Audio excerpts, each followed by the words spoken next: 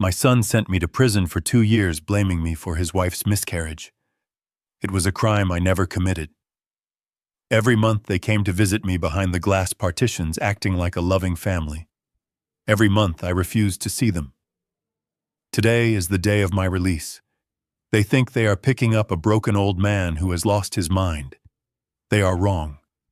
The day of my release will be the very day they lose everything. I am Harlan Ford, 72 years old, and for the last 730 days I was known only as inmate number 8. If you are listening to this and you have ever been betrayed by your own flesh and blood, hit that like button right now. Let me know in the comments which city you are watching from, because what I am about to tell you is not just a story. It is a warning. The sound of the heavy steel gate slamming shut behind me was the sweetest sound I had heard in decades. It was 8 in the morning, but the sky was a bruised purple. Rain was falling in sheets. Cold, sharp, real rain. Not the damp, moldy air of the cell block I had breathed for 2 years. I took a deep breath. It smelled of wet asphalt and diesel fumes. To me, it smelled like freedom. I looked down at my clothes. It was the same charcoal gray suit I had worn the day of the trial, the day the judge pounded his gavel and took away my life. Back then, the suit fit me like armor. Now it hung off my shoulders like a shroud. I had lost 30 pounds in there. The prison food was garbage, but it was the rage that really consumed me. Rage burns more calories than a treadmill. I stood on the sidewalk holding nothing. No bag, no personal effects, just the clothes on my back and the fire in my gut. I saw them before they saw me. A sleek silver Bentley pulled up to the curb, splashing a puddle of dirty water onto my shoes. Subtle. Just like my son. The back door opened and Preston stepped out. My son. My only child. The boy I had taught to ride a bike. The man who had looked a judge in the eye and testified that I was a violent monster. He was wearing a Navy custom-made suit that probably cost more than the guard's annual salary. He adjusted his tie and flashed a smile. Not at me, but at the cameras. I had not noticed them at first. The paparazzi. 3 or 4 of them lurking near the parking lot entrance. Hired guns, no doubt tipped off by Tiffany. They wanted the photo op. The prodigal son forgiving the abusive father. A redemption arc for the company newsletter to keep the stock prices stable. Preston walked toward me. He opened his arms wide. To the world, through the lens of those cameras, it looked like a warm embrace. A son welcoming his father home. He pulled me in. I stood rigid like a statue carved from ice. I felt his hand clap my back. Hard. Too hard. He leaned in close, his cheek touching mine. His breath smelled of mint and expensive coffee. "Smile, Dad," he whispered. His voice was a hiss that the cameras could not pick up. "Do not look so miserable. The shareholders are watching. If the stock drops 1 point because you look like a convict, I will cut your commissary fund to 0. I did not flinch. I did not blink. I just stared straight ahead at the wet pavement. Then came Tiffany, my daughter-in-law, the mistress who became the wife, the woman who had orchestrated this entire nightmare. She stepped out of the car looking like she was walking a runway. Perfect blonde hair, perfect makeup, and in her arms a bundle wrapped in blue cashmere. She walked up to us, her heels clicking on the wet concrete. Her eyes were dry, but her face was contorted into a mask of practiced concern. "Look who is here, Harlan," she cooed. Her voice was like syrup laced with arsenic. "This is little Leo, your grandson. He has been waiting to meet you." She shoved the bundle into my face. I looked down. The baby was sleeping, innocent, unaware that he was being used as a prop in a sick play. I looked at the baby, and then I looked at Tiffany. I saw the fear behind her layers of foundation. She held the baby out, expecting me to take him, expecting the photo of the repentant grandfather holding the new heir. I did not raise my hands. I kept them buried deep in my pockets. I looked right through her as if she were made of glass, as if she did not exist. I stepped to the side, bypassing her completely. The smile on her face faltered. The cameras clicked furiously, capturing the rejection. Preston stepped in front of me, blocking my path. His face turned red. "What are you doing?" he hissed through gritted teeth. "Get in the car. We have a dinner planned." I did not say a word. I simply walked around him. My eyes were fixed on a beat-up black Ford sedan parked 50 yards away. Leaning against it was a man holding a black umbrella. Garrett, my lawyer, my only friend. He was not wearing a flashy suit. He looked tired, but he was there. Loyalty is rare these days. Rarer than gold. I heard Preston's footsteps splashing behind me. He grabbed my arm. His grip was weak, soft hands. Hands that had never done a day of real work in their life. "Dad." "Stop making a scene," Preston growled. "You are embarrassing us. Get in the Bentley." I stopped. I turned my head slowly and looked at his hand on my sleeve. I did not speak. I just looked. The intensity of my glare made him recoil. He let go of my arm as if it were burning hot. I turned back and continued walking toward the Ford. Garrett opened the back door for me. I slid onto the cracked leather seat. It smelled of old tobacco and paper. It smelled like safety. As Garrett closed the door, I heard Preston screaming. He had lost his composure. The mask had slipped. "You are crazy, old man," he yelled, his voice cracking. "You have nowhere to go. The house is mine. The company is mine. You have nothing. Do you hear me? You are homeless." I watched through the rain-streaked window as he stood there in his expensive suit, getting soaked to the bone. Tiffany was pulling at his arm, trying to hide her face from the cameras. I sat back and closed my eyes. "I am not homeless," I whispered to myself as the engine roared to life. "I am just on a business trip, and I am coming to take it all back." The interior of the black Ford sedan smelled exactly as I remembered. It was a mix of old leather peppermint and the faint dusty scent of legal briefs that had been sitting in the back seat for too long. Garrett Hale did not say a word as he pulled away from the curb. He navigated the car through the heavy rain, his knuckles white as he gripped the steering wheel. I watched the side mirror. The silver Bentley and the crowd of reporters shrank into the distance until they were nothing but a gray blur against the prison walls.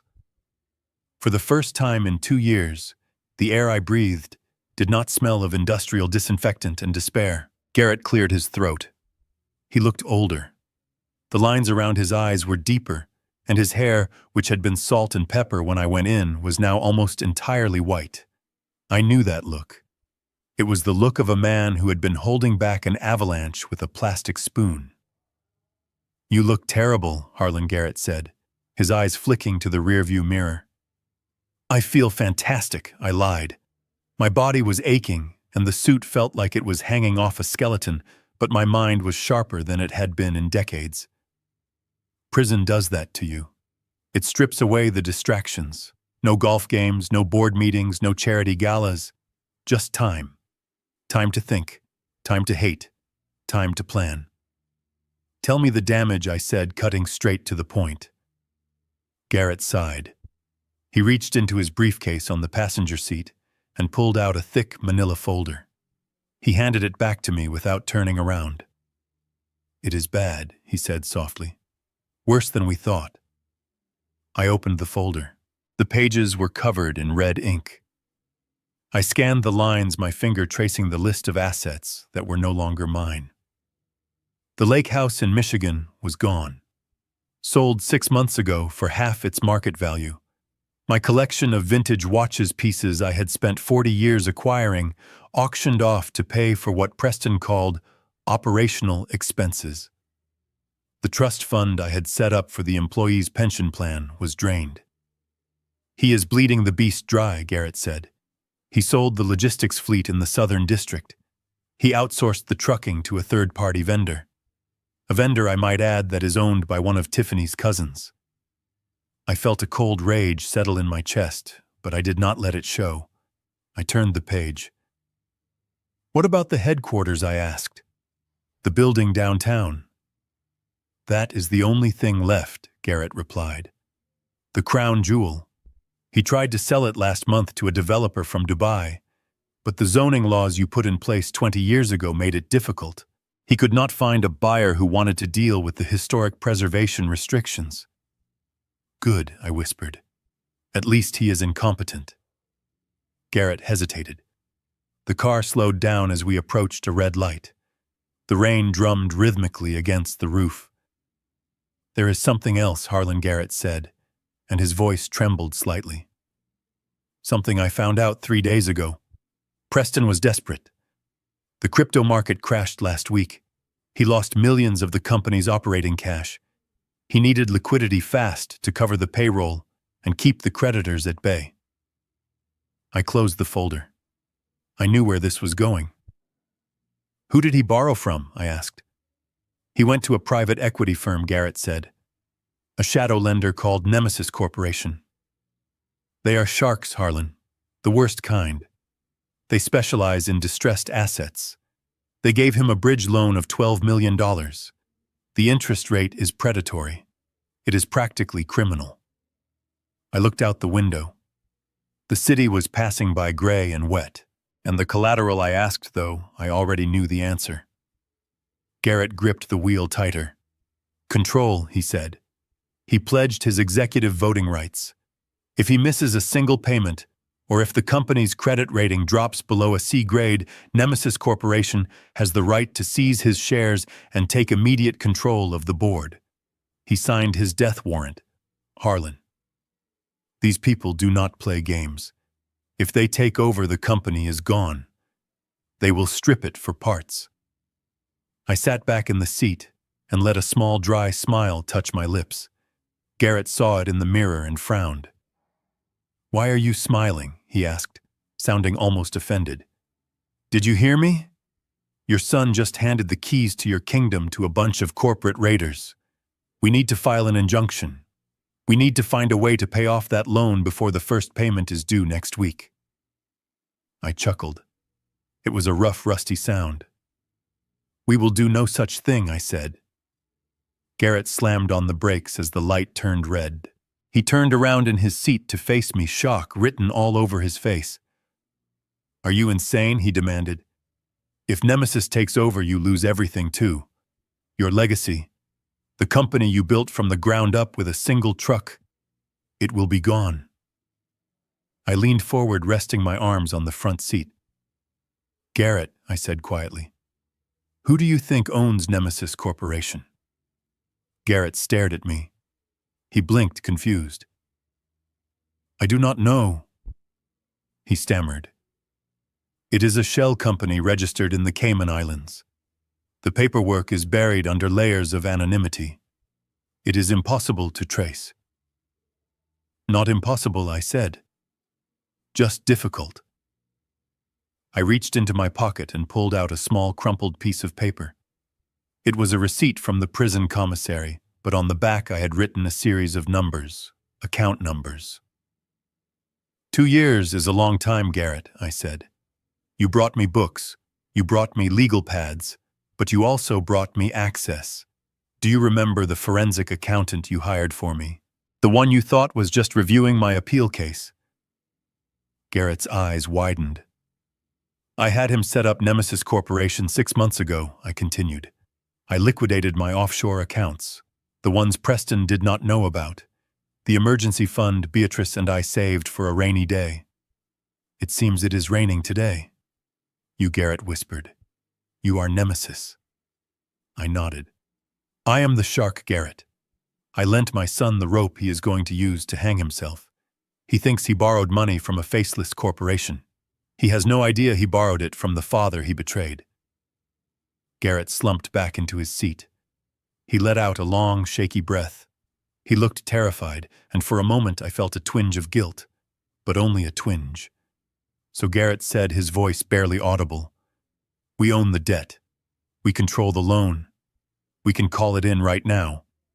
We can walk into that boardroom tomorrow and tell him he is finished. I shook my head. No, I said, not yet. Why not? Garrett asked. Why wait? Because pain is a teacher, I said, looking back out at the rain. And Preston has not learned his lesson yet. If I strike now, he will play the victim. He will say he was just having a bad quarter. He will say the market was against him. He needs to believe he is safe. He needs to think the money from Nemesis saved him. I paused, watching a drop of water trace a path down the glass. Let him spend the money, I said. Let him buy Tiffany another diamond necklace. Let him think he has won. Let him climb higher, Garrett. Because the fall only kills you if you fall from a great height. When he feels untouchable, when his arrogance is at its peak, that is when we trigger the default clause. That is when I take it all back. Garrett turned back to the steering wheel. The light turned green. He put the car in gear, but his hands were shaking slightly. You are a scary man, Harlan, he said. I was a good man once, I replied. But good men do not survive in prison, and they certainly do not survive in this family. I sat back, closing my eyes, visualizing the look on Preston's face when the hammer finally fell. It would be beautiful. It would be tragic. But it had to be done. A surgeon does not apologize for cutting open a patient to remove a tumor. And Preston, my own son, had become a tumor that was killing my legacy. Where to? Garrett asked, his voice returning to its professional tone. I opened my eyes. The fire in my gut was burning hotter than ever. Take me home, I said. Take me to the mansion. I want to see what they have done to my house, and I want them to see that the ghost has returned to haunt them. Garrett nodded and merged onto the highway. The wipers slapped back and forth, a metronome counting down the moments until the war began. I was not just an ex-con anymore. I was Nemesis, and Judgment Day was coming. The iron gates of Ford Manor rose up before us like the teeth of a giant beast. I had installed these gates 30 years ago to keep the world out, to protect my family. But as Garrett stopped the car in front of the call box, I realized the beast was now guarding the monsters inside from me. The rain was still falling harder now, drumming a relentless rhythm against the roof of the sedan. I looked up at the stone pillars. My initials, HF, were still etched into the granite, but I knew that inside that compound, my name had been scrubbed from existence. Garrett rolled down the window. The cold air rushed in. He pressed the intercom button. Silence. He pressed it again.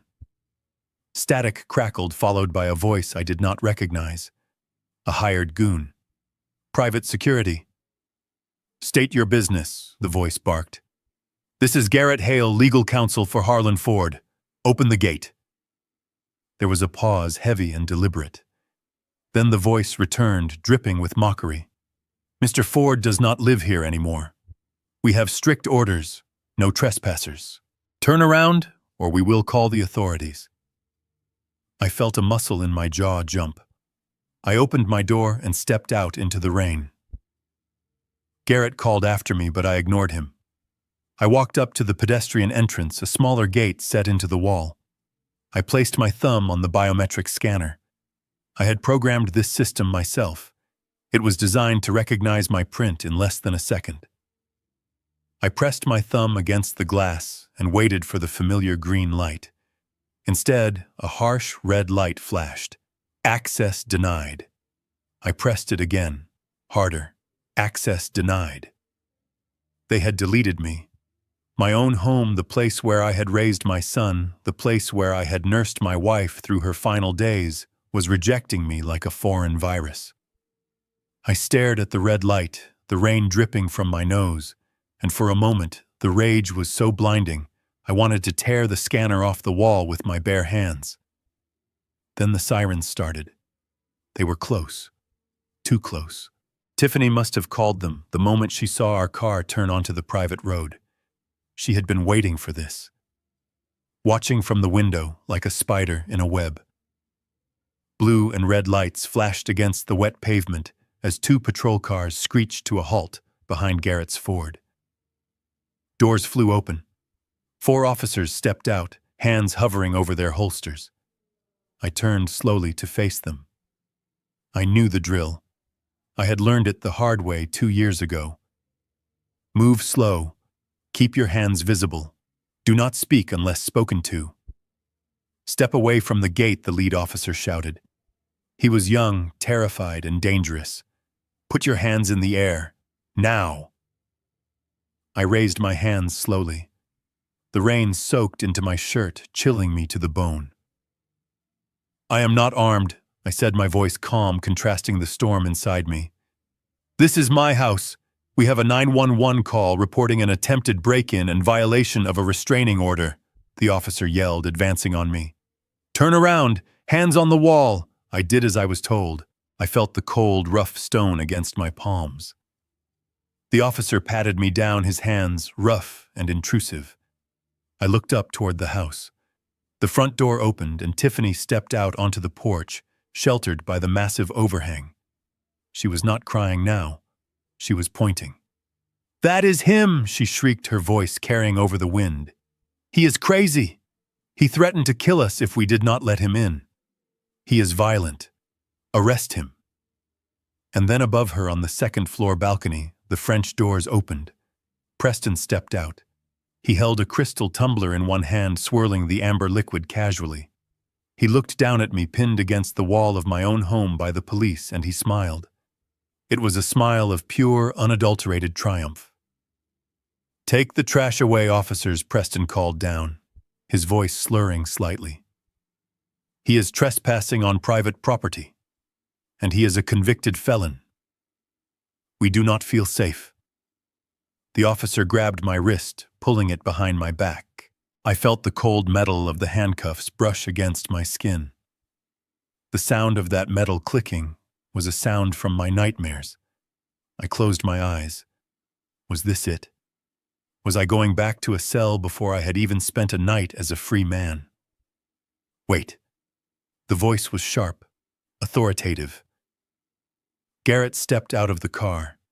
He was holding a binder high in the air, oblivious to the rain ruining his suit. Officer, if you snap those cuffs on him, you will be facing a lawsuit for wrongful arrest and civil rights violation before the sun goes down. The officer paused, the cuff dangling from one of my wrists. He looked at Garrett, then up at Preston, then back at me. Who are you? The officer asked. I am his attorney, Garrett said, walking forward, with a confidence that made the police step back. And you are acting on false information. My client is not trespassing. He is home.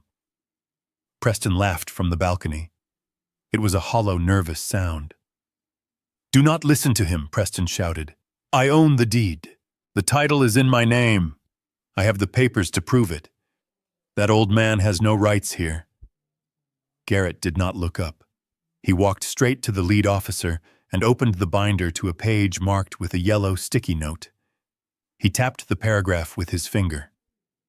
Read this, Garrett said. The officer squinted through the rain. He read the text, his lips moving silently. Then he stopped. He looked closer. He looked up at the house, then back at the document. What does this mean? The officer asked. It is a life estate clause. Garrett explained, his voice loud enough for Preston to hear. When Harlan's late wife, Beatrice Ford, transferred the property title to the trust that Preston now controls, she included a non-negotiable stipulation. Clause 4A. Regardless of ownership, title, or transfer, Harlan Ford retains the exclusive, irrevocable right to reside in the primary master suite of the property for the duration of his natural life. This right cannot be severed by sale, transfer, or familial dispute. I lowered my hands. The officer did not stop me. It means, Garrett continued, snapping the binder shut, that while Preston may own the bricks and mortar, Harlan owns the right to stand anywhere he damn well pleases inside those gates. If you arrest him for trespassing, you are arresting a man for standing in his own living room. The silence that followed was heavy. The only sound was the rain and the distant thunder. I turned to look up at the balcony. Preston's smile had vanished. He gripped the railing so hard I thought the wood might snap. Tiffany had stopped screaming.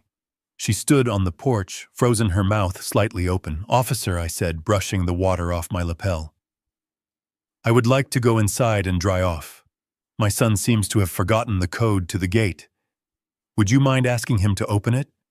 Or should I press charges for illegal eviction?" The officer looked at me, then at the document again. He unclipped the handcuff from my wrist. He looked annoyed not at me, but at the situation. He turned his face toward the balcony. "Mr. Ford," the officer shouted at Preston. "Open the gate." What? Preston yelled back. "No. He is dangerous." "The document is valid, sir," the officer replied, his hand resting on his baton. "Open the gate or we will have to cut the lock. And I will have to cite you for obstructing a resident's legal access. Do not make me come up there." Preston slammed his drink down on the railing. Glass shattered, raining shards down onto the patio below. He turned and stormed back inside, leaving the doors open. A moment later, the red light on the scanner turned green. The heavy iron gates groaned and began to swing open. I nodded to the officer. "Thank you for your service," I said. I walked past the security guard booth. The hired goon kept his head down, pretending to be busy with his phone. I walked up the long, winding driveway. The landscaping was different. My roses were gone, replaced by trendy, sharp-edged hedges that looked cold and uninviting. The fountain in the center of the circular drive was dry, filled with dead leaves. Neglect. It was everywhere. Preston wanted the status of the mansion, but he had no interest in the work required to maintain it. Garrett drove the car up behind me, but I kept walking. I wanted to enter on foot. I wanted them to hear my footsteps. I reached the front porch. Tiffany was still standing there. She had crossed her arms over her chest, a defensive posture. Her eyes were darting around, looking for a new angle, a new weapon she could use. But she had played her ace and I had trumped it. I walked up the steps. 1, 2, 3. I stopped right in front of her. She smelled of expensive perfume and fear. She tried to hold my gaze, tried to muster that arrogant sneer she had worn in the courtroom, but she faltered. She looked down. "You cannot stay here," she hissed, her voice trembling. "We will make your life a living hell. You will wish you were back in prison." I looked past her through the open front door. The foyer was changed. My antique Persian rug was gone, replaced by a modern white animal skin that looked ridiculous. But what caught my eye were the curtains in the grand salon. They used to be a soft, welcoming gold. Now they were heavy velvet dyed a deep, aggressive crimson. I looked back at Tiffany. I stepped close enough to whisper, invading her personal space, just enough to make her flinch. "I have been in hell for 2 years, Tiffany," I said softly. "I found it quite comfortable." I brushed past her, my shoulder checking hers, forcing her to stumble back in her high heels. I stepped across the threshold. The air inside was warm, but it felt stagnant. I turned back to look at her one last time before I closed the door on the world outside. "I see you redecorated," I said, gesturing to the salon. "You changed the curtains to red." Tiffany glared at me, her hands balled into fists. "So what?" she spat. I smiled, and for the first time that day, it was a genuine smile. "Good choice," I said. "The color of blood suits you." I turned and walked toward the stairs, leaving her standing in the cold, wet wind. I was inside. The enemy was within the walls, and the hunt had officially begun. The silence inside the manor was not the peaceful silence I remembered. It was a suffocating quiet. The kind that hangs in the air before a tornado touches down. I walked through the hallway, my footsteps echoing on the marble floor. My shoes were still damp from the rain, leaving faint, muddy prints on the white animal skin rug. I did not care. I walked past the living room and headed straight for the east wing. That was where my sanctuary used to be, my study. The room where I had built Ford Logistics from a single truck into an empire. The room where I had smoked cigars with senators and signed contracts that changed the skyline of this city. I reached the double oak doors. They were closed. I reached out to turn the brass handle, expecting the familiar resistance of the heavy wood. But the door swung open effortlessly. Too light, too hollow. I stepped inside and stopped dead in my tracks. My breath hitched in my throat. Gone. Everything was gone. My mahogany desk, the one hand-carved in Italy, was missing. The walls, once lined with floor-to-ceiling bookshelves filled with first editions and legal encyclopedias, were stripped bare. They had been painted a jarring, clinical white. The smell of old paper and rich tobacco was replaced by the stinging scent of rubber and lemon disinfectant. Mirrors. They had covered the walls in mirrors. I stared at my reflection. A gaunt, gray-haired man in an ill-fitting suit standing in the middle of a nightmare. Where my leather armchair used to sit there was now a high-tech treadmill. Where I used to review quarterly reports, there was a rack of dumbbells and a yoga mat. They had turned my war room into a gym. Tiffany's gym. I saw a pink towel thrown carelessly over a bench press. I walked over and picked it up. It smelled of her perfume. Sickeningly sweet. I dropped it on the floor and wiped my hand on my pants. I felt a burning sensation in my chest, a pressure building behind my eyes. It was not just disrespect. It was erasure. They were trying to scrub me out of the history of this house. I turned away from the mirrors. I could not bear to look at what I had become in this room that used to define my power. I needed to find my things, my books, my papers, but most importantly, Beatrice. Beatrice's portrait. It had hung above the fireplace for 20 years, an oil painting commissioned for our 30th anniversary. She was wearing her favorite blue dress, smiling that soft, knowing smile that used to calm my worst storms. I looked at the fireplace. The space above the mantel was empty, just a white void. Panic, cold and sharp, pierced through my anger. I ran out of the room. I moved faster than I had in years, ignoring the ache in my knees. I headed for the back of the house, past the kitchen, to the servants' quarters and the storage rooms. If they had thrown my life away, this is where the debris would have landed. I tore open the door to the maintenance closet. It was dark and smelled of mildew and damp earth. I fumbled for the light switch. A single naked bulb flickered to life, casting long, dancing shadows against the clutter. And there it was. Piled in a corner like garbage were boxes of my files, my awards. The key to the city I received 10 years ago was lying face down in a puddle of water leaking from a rusty pipe. But I did not care about the key. I dug through the pile, tossing aside plaques and trophies. Then I saw the corner of a gold frame. I pulled it out. My hands were trembling. It was Beatrice, but the canvas was torn. A long scratch ran across her cheek, likely from being dragged across the floor. The bottom of the frame was waterlogged, the wood swollen and rotting. Mold was starting to bloom on the corner of her blue dress. I sank to my knees on the cold, concrete floor. I pulled a handkerchief from my pocket and frantically tried to wipe away the dirt and the mold. "I am sorry," I whispered, my voice cracking in the empty room. "I am so sorry, B. I should have been here. I should have protected you." I held the frame against my chest, rocking back and forth. The rage that had been a fire was now turning into ice, solid, unbreakable. They could take my money. They could take my company. But to treat the memory of the woman who built this home with them like trash, that was not a mistake. That was a declaration of war. I stayed there for a long time, cleaning every inch of the frame until it was as clean as I could make it. I stood up, composing myself. I adjusted my tie. I picked up the portrait and walked back towards the main house. I would not leave her in the dark. She was coming back to the light. I carried the painting into the main living room. I placed it carefully on a side table, leaning it against the wall. I was just brushing a speck of dust from the glass when I heard footsteps behind me. heavy, arrogant. Well, look who is making himself at home.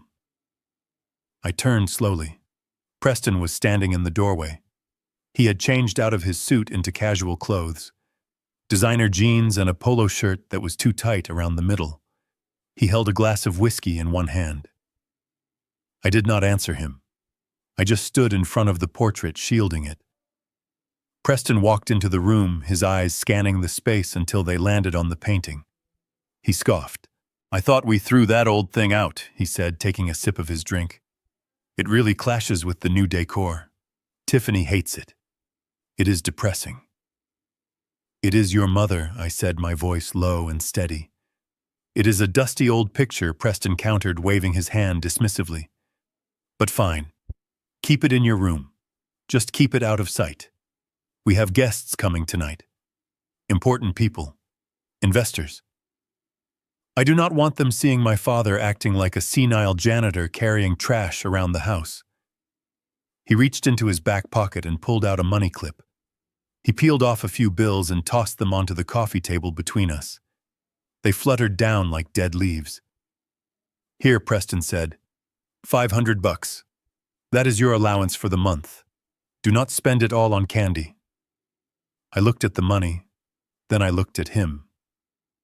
"Allowance," I repeated. "Yeah," Preston sneered. "You have no income, no pension. I froze your personal accounts, remember. Consider this charity. Go buy yourself a new shirt. That suit smells like prison. And tonight, do me a favor. Stay in your room. Do not come down. Do not embarrass me." He waited for me to explode. He wanted me to yell, to throw the money back in his face. He wanted to prove that I was the unstable, violent man he had painted me to be in court. I took a deep breath. I forced the muscles in my face to relax. I walked over to the coffee table. I picked up the bills. 500, I said, counting them slowly. I looked up at him and forced a small, tight smile. "Thank you, son," I said. "This is very generous of you." Preston blinked. He looked disappointed. He had lost his fight. "Yeah, well," he mumbled, turning away. "Just stay out of the way." He walked out of the room, taking his drink with him. I listened to his footsteps fade as he went upstairs to get ready for his party. I looked at the money in my hand. $500. The price of his arrogance. I pocketed the cash. "Thank you, son," I whispered again to the empty room. "This will buy me a front row seat to your funeral." I turned my attention to the large oak desk in the corner of the living room. It was the only piece of my original furniture they had kept, probably because it was too heavy to move. It was where Preston now sat to sign the checks he had no right to sign. I reached into the inner pocket of my jacket. I pulled out a small black device. It was no bigger than a button. I had acquired it from a contact on the inside, a man who used to work for intelligence before he ended up in cell block D. I knelt down. I felt under the heavy lip of the desk. I peeled off the adhesive backing and pressed the bug firmly against the wood, deep in the shadows where no one would ever look. I tapped it once to make sure it was secure. "Enjoy your party, Preston," I said softly. "Speak loudly. I want to hear every lie." I stood up, picked up Beatrice's portrait, and walked toward the stairs. The money was in my pocket. The bug was in place. The game was afoot. I was not just a guest in my own house anymore. I was the spy in the enemy's camp. And tonight, I would listen. I spent the next hour in the guest room bathroom scrubbing the prison grime off my skin until it was raw and red. I shaved off the gray stubble, revealing the sharp jawline that had intimidated union leaders and corporate raiders for 40 years. In the back of the cedar closet, wrapped in a garment bag that Tiffany had evidently missed during her purge, I found it. My tuxedo. It was a Brioni tailored in Rome 10 years ago. It was a little loose around the waist now, but with the right posture, it did not look like hand-me-downs. It looked like armor. I stood in front of the mirror. The man looking back at me was not inmate 8940. He was not the broken father who had been dragged away in handcuffs. He was Harlan Ford, founder, CEO, predator. I adjusted my cufflinks' gold knots that I had hidden in the toe of an old shoe. I checked the listening device in my pocket to make sure it was secure. Then I opened the door. Downstairs, the house was vibrating with the sound of a string quartet and the murmur of 50 voices trying to sound important. I could smell the catering, truffle oil and seared scallops, the scent of money. I walked to the top of the grand staircase. Below me, the foyer was filled with the city's elite, or at least the people who desperately wanted to be elite. I recognized a few faces: hedge fund managers with shaky reputations, real estate developers known for cutting corners. And right in the center, holding court, was Preston. He was laughing too loud. His face was flushed with expensive scotch. Tiffany hung on his arm wearing a red dress that matched the new curtains. A diamond necklace glittered at her throat. My mother's necklace. I felt a spike of adrenaline, but I forced my heart rate down. Stay cold, Harlan. Stay cold. I began to descend the stairs. I did not rush. I took one step at a time, my hand sliding down the mahogany banister. The conversation in the foyer did not stop all at once. It died out in waves as people noticed me. First the people near the stairs, then the people near the door, and finally Preston himself. The string quartet trailed off into an awkward silence. Preston stared up at me, his mouth slightly open. He looked like a child caught stealing from the cookie jar. He had told these people I was a senile invalid, a source of shame hidden away in the attic. He had not prepared them for the return of the king. I reached the bottom step. The crowd parted instinctively, creating a path for me. I walked straight to a passing waiter, took a glass of champagne, and raised it slightly toward my son. "Good evening, everyone," I said, my voice projecting effortlessly to the back of the room. "I hope you are enjoying my home." A few people murmured uncomfortable greetings. Preston recovered first. He handed his drink to Tiffany and marched over to me, a forced smile plastered on his face that did not reach his panicked eyes. "Dad," he said, his voice tight, "I thought you were resting. You know the doctor said you need your sleep." I took a sip of the champagne. It was cheap. Preston was cutting costs on the catering too. "I felt energized, son," I replied, looking past him at the investors. "It would be rude of me not to welcome your guests. After all, I have been away on a government-sponsored sabbatical for quite some time." A nervous ripple of laughter went through the room. Preston grabbed my elbow, his fingers digging into my arm. "Go back upstairs," he hissed in my ear. "You are ruining this." Before I could answer, Tiffany stepped forward. She had composed herself. She saw the investors watching, and she saw an opportunity. She released Preston's arm and walked toward me with a look of exaggerated pity. She placed a hand on my chest, her fingers splayed like a spider. "Oh, Harlan," she sighed loud enough for everyone to hear. "It is so brave of you to come down.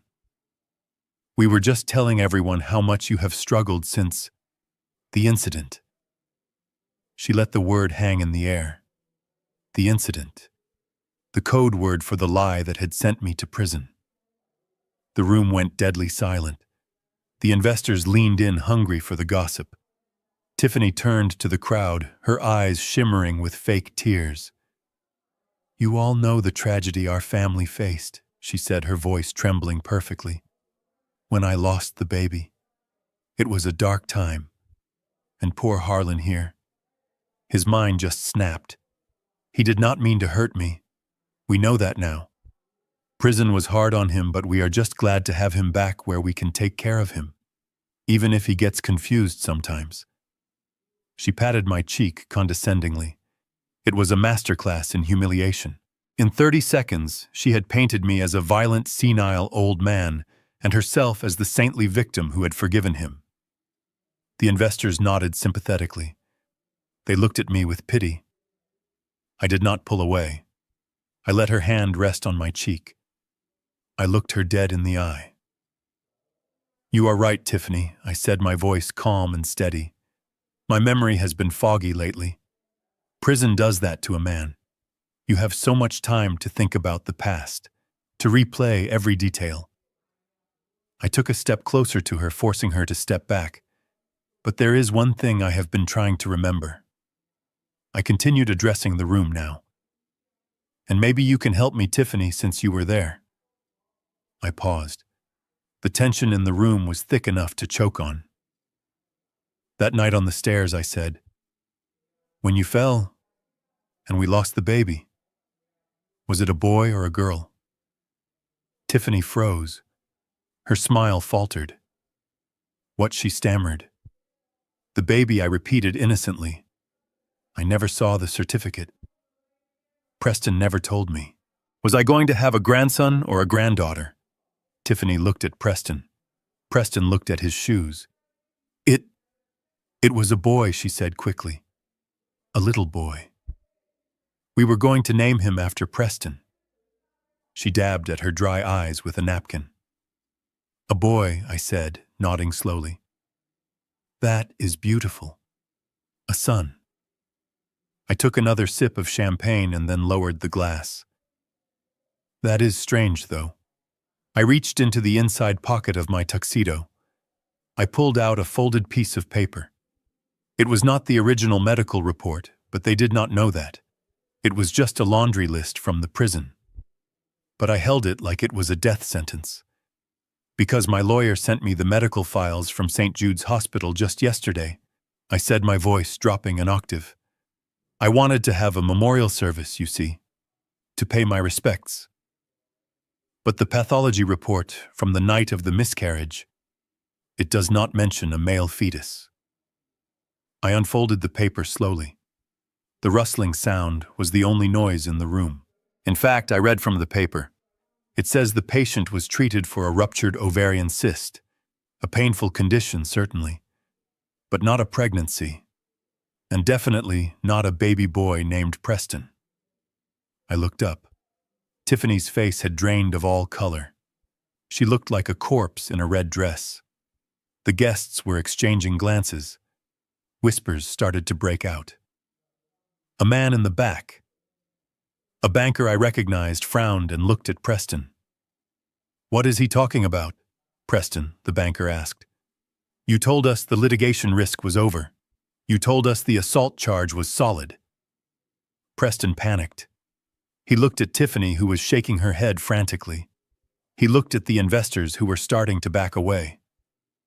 He is confused, Preston shouted, his voice cracking. I told you he is senile. He does not know what he is reading. That is probably a grocery list. He grabbed Tiffany's arm roughly, almost dragging her off her feet. Tiffany is tired, he announced to the room. Ideally, she needs to rest.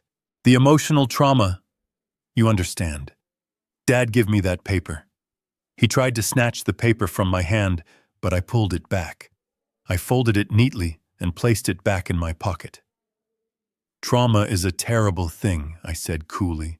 It makes people say and do crazy things. Get some rest, Tiffany. You look like you have seen a ghost. Preston glared at me with pure hatred, but he could not do anything. Not in front of the money. He pulled Tiffany toward the kitchen door, abandoning his own party. I stood there alone in the center of the room. The circle of people around me had widened. They were not looking at me with pity anymore. They were looking at me with fear, and they were looking at the door where Preston had just fled with suspicion. I raised my glass to the banker who had asked the question. The scallops are excellent, I said, but I would stay away from the investment portfolio if I were you. The numbers are just as imaginary as my grandson. I turned and walked toward the buffet table. I did not need to look back to know that the seeds of doubt had been planted, and they were already starting to take root. The party was effectively over, and the real show was just beginning. The grandfather clock in the hallway chimed 2 o'clock in the morning. The sound reverberated through the silent house like a death knell. The party was over. The last of the drunk investors and sycophants had stumbled out the door an hour ago, leaving behind the smell of stale cigar smoke and spilled wine. The house was quiet now, but it was not at peace. It was holding its breath. I sat on the edge of the guest bed in the dark. I had not changed out of my tuxedo. I had not slept. Sleep is a luxury for the innocent, and I was neither innocent nor naive.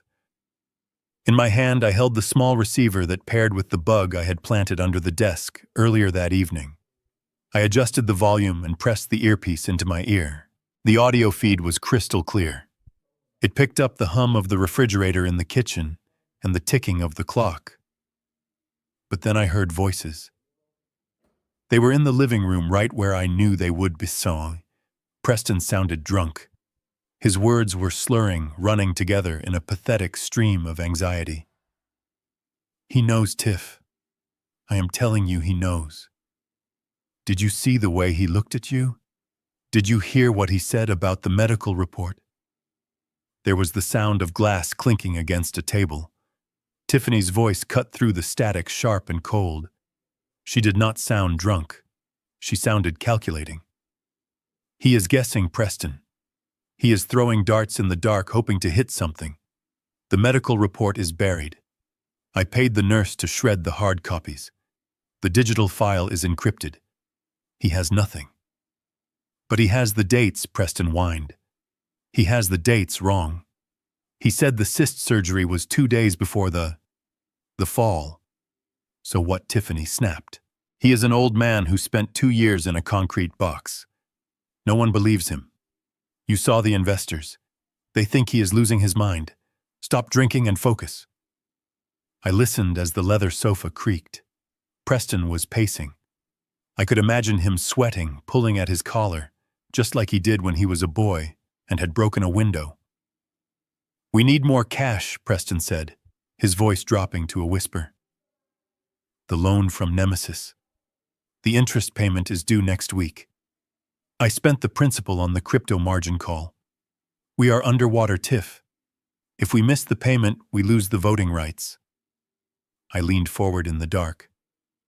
This was it. The confession. Then sell more shares, Tiffany said casually, as if she were suggesting ordering pizza. Sell the Asian distribution arm. We have an offer on the table. I cannot, Preston groaned. That is the core of the business. If I sell that, Dad has no say. Tiffany interrupted, her voice rising. Dad is a ghost. You are the CEO. And listen to me, Preston. I need $50,000 by Friday. 50,000. Preston choked. For what? I just gave you 10 grand last week. Leo needs things, Tiffany said. Her voice had changed.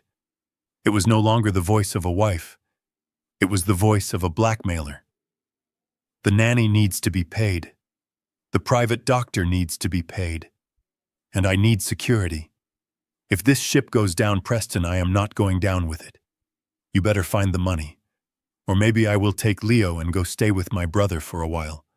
You know how much the press would love a story about a single mother fleeing a bankrupt CEO. Silence. The threat hung in the air, heavy and suffocating. She was using the child not as a son, but as a hostage. Fine, Preston whispered, defeated. I will call the broker in the morning. I will sell the shares.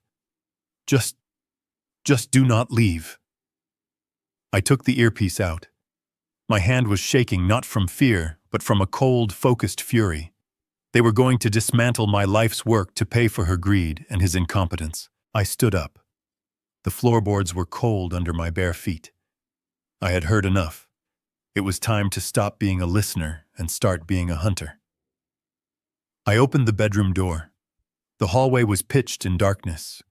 The only light came from the moon filtering through the high windows, casting long, skeletal shadows across the floor. I knew this house better than I knew the back of my own hand. I knew which floorboards creaked. I knew which doors drifted open if they were not latched. I moved silently, a phantom in my own home. I reached the top of the stairs and looked down into the foyer. It was empty. The living room was dark. Preston must have passed out on the sofa or stumbled up the back stairs. But then I saw it. A faint beam of light flickering in the hallway that led to my old study.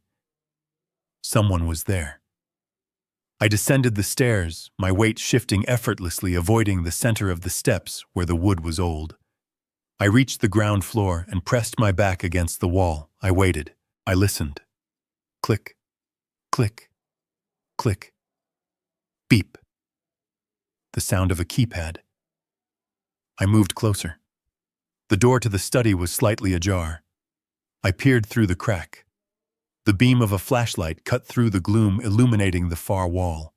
The mirrors that lined the room reflected the light, creating a disorienting maze of beams. But in the center of it all was Tiffany. She was kneeling in front of the wall where Beatrice's portrait usually hung, but she had moved the painting. Behind it, revealed in the wall, was my private safe, the one I had installed 30 years ago. The one that held not money, but secrets, deeds, original incorporation papers, and the physical evidence of my private investigations. She was punching numbers into the keypad frantically. 1980, beep, error, 1985, beep, error.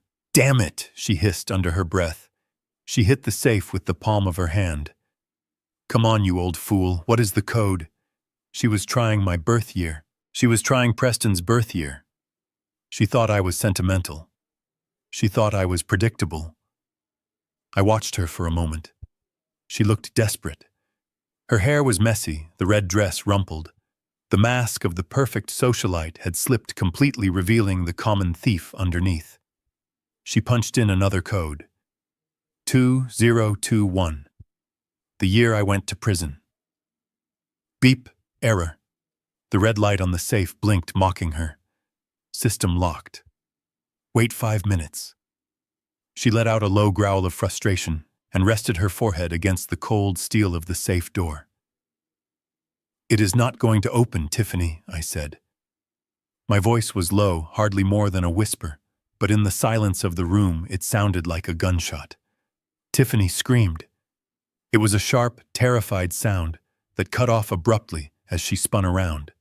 She dropped the flashlight. It rolled across the floor, the beam spinning wildly until it came to rest, illuminating my polished black shoes. I stood in the doorway, shrouded in shadow. I did not move. I did not blink. Who is there? She gasped, backing up until she hit the wall. I stepped forward into the pool of light. The reflection in the mirrors multiplied me so that suddenly she was surrounded by a dozen versions of me, all staring at her with the same cold judgment. It is the ghost, I said. Harlan, she breathed, her hand clutching her chest. You scared me to death. What are you doing sneaking around in the dark? I walked slowly into the room. I picked up the flashlight and shone it on her face. She squinted blindingly, holding up a hand to shield her eyes. I live here, remember, I said, calm and deadly. I could ask you the same thing. It is 3 a.m, and you are trying to break into a safe that does not belong to you. I was looking for my earrings, she lied quickly, her eyes darting around the room. I think I left them in here when I was working out. I thought maybe I put them in the safe for safekeeping. I laughed. A dry, humorless sound. You do not know the code, Tiffany, I said. You never did. And even if you did, that safe is empty of what you are looking for. There is no cash in there. I moved the liquid assets years ago. I took another step closer. She was trapped between me and the treadmill. So tell me the truth, I said, lowering the light so it cast deep shadows across her face. What were you really looking for? I leaned in close enough to smell the stale champagne on her breath. Were you looking for the deed to the house, I asked? Or maybe you were looking for something else. I paused, letting the silence stretch until she began to tremble. Were you looking for proof of your affair from 2 years ago? I whispered. Her eyes went wide. The color drained from her face, leaving her looking gray and sickly in the harsh light. What are you talking about? She stammered, but her voice lacked conviction. The personal trainer, I said. The one with the tattoo on his neck. The one you were seeing while Preston was at work. The one who was actually driving the motorcycle when you had your accident. Tiffany shook her head violently. "You are lying," she shrieked, but it was a scream of panic, not outrage.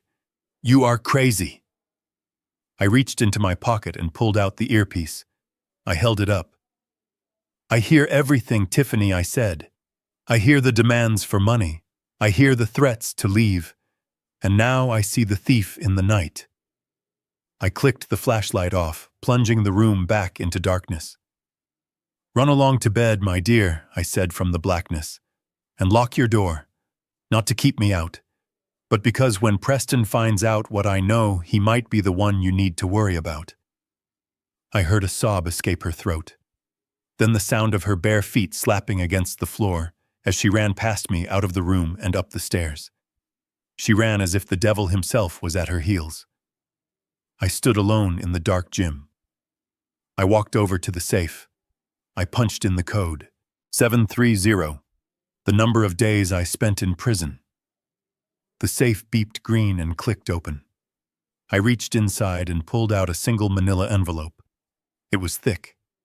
It was heavy. I closed the safe. "Sleep tight, Tiffany," I whispered. "Tomorrow, the nightmare begins for real." The next morning, I took a cab to the south side of the city.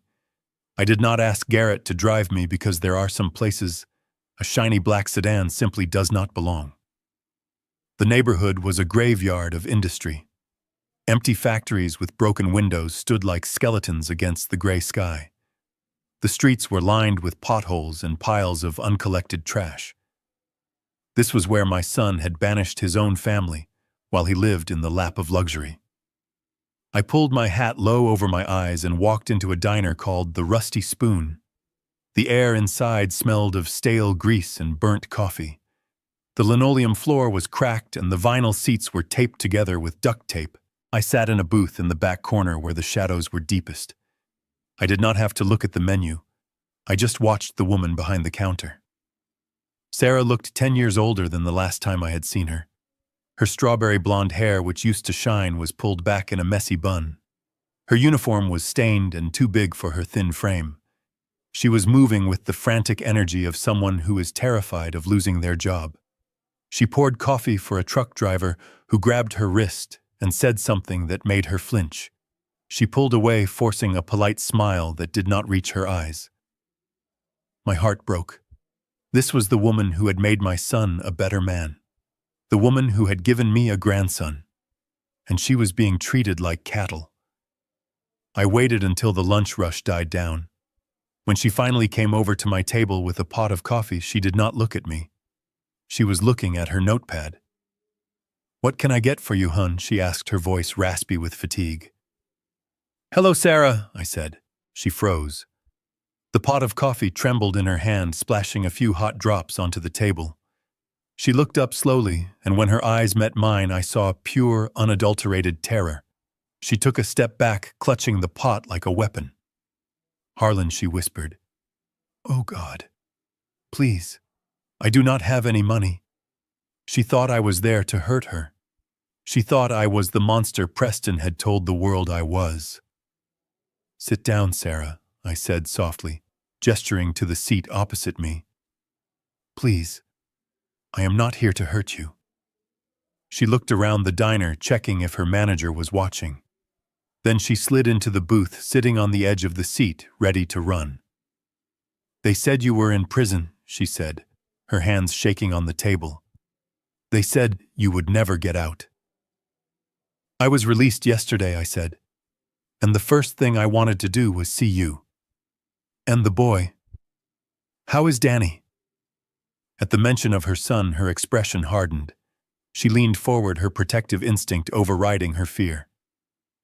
"Stay away from him," she hissed. "Preston made it very clear. If I try to contact the family, or if I let you near Danny, he will cut off the alimony. He will take full custody. He told me you are dangerous, Harlan. He told me what you did to Tiffany." I reached across the table and placed my hand over hers. She tried to pull away, but I held firm. My grip was gentle but solid. I did not touch Tiffany, I said, looking deep into her eyes. I never touched her. And I know you did not cheat on Preston either.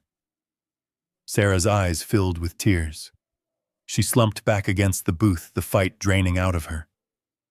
It does not matter what is true, she said, wiping her eyes with a rough paper napkin. It only matters what they can prove. Tiffany is smart, Harlan. Evil, but smart. She hired that actor. She set up the hotel room. She called me there saying it was a catering emergency for Preston's company. When I walked in, that man grabbed me and the photographer jumped out of the closet. She looked out the window at the bleak street outside. Preston did not even ask for an explanation. She continued, her voice bitter. He had the divorce papers ready the next morning. He kicked us out with nothing. He said Danny probably was not even his. He cut off my credit cards. He blocked my number. We lived in a shelter for 3 months, Harlan. A shelter. While he was buying Tiffany a Porsche. I felt the rage rising again, hot and familiar. But I pushed it down. Rage is useless unless it is focused. I know, Sarah, I said. I know everything. I know about the fake miscarriage. I know about the embezzlement. And I know that Danny is the only true heir to the Ford name. Sarah looked at me sadly. So what she said? You are just an old man with a criminal record. And I am a waitress living in a 1-bedroom apartment with rats in the walls. We cannot fight them, Harlan. They have lawyers. They have money. If we try, they will crush us. Please, just go. Leave us alone before Preston finds out you were here. She started to slide out of the booth. I am not asking you to fight Sarah, I said. She stopped. I reached into my jacket pocket. I did not pull out a weapon. I pulled out the file. The Nemesis file. I slid it across the sticky table. Open it, I commanded. Sarah hesitated, then opened the folder. She looked at the documents. She saw the loan agreement. She saw the default clauses. She saw the name of the holding company. Nemesis Corp. I do not understand, she said, looking up at me confused. What is this? This is the end of Preston Ford, I said. I leaned in closer, lowering my voice. I am Nemesis Sarah. I own the debt. I own the mortgage on the mansion. I own the company's operating capital. I own them. Her eyes went wide as she processed what I was saying. You lent him the money, she stammered. I gave him the shovel, I corrected. And he dug his own grave. But I need one thing to bury him. I need a witness. I pointed to the documents in her hand. I can take his money, I said. I can take his house. But I need you to help me take his freedom. I need you to testify about the setup. I need you to tell the judge exactly how Tiffany orchestrated the divorce. I have the medical records proving her miscarriage was a lie. If we combine that with your testimony, we can prove a pattern of fraud. We can put them where they belong. Sarah looked down at her hands. They were red and chapped from scrubbing tables. I am scared, Harlan, she whispered. Preston threatened me. He said he would make sure I never work in this town again. I reached into my pocket again. This time I pulled out a check. I had written it that morning from the Nemesis operating account.